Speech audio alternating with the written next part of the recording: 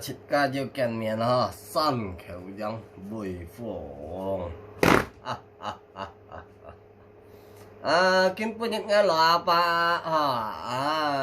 就他条脸的本台这个糖哈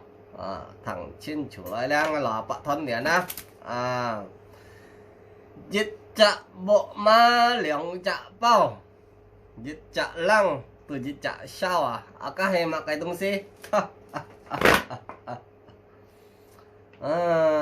như thằng trên mà các mặc cái đông xí phơi cái giết chạ bộ ma liều chạ bao giết chạ lăng giết chạ sao kiến thằng cái lọ bạ chưa講bao nhiêu tao sao thằng cái gì xí à giết chạ bộ ma liều chạ bao giết chạ lăng giết chạ sao cái gì xí đây chia lên nhiệt cong cả nhiệt theo liều đây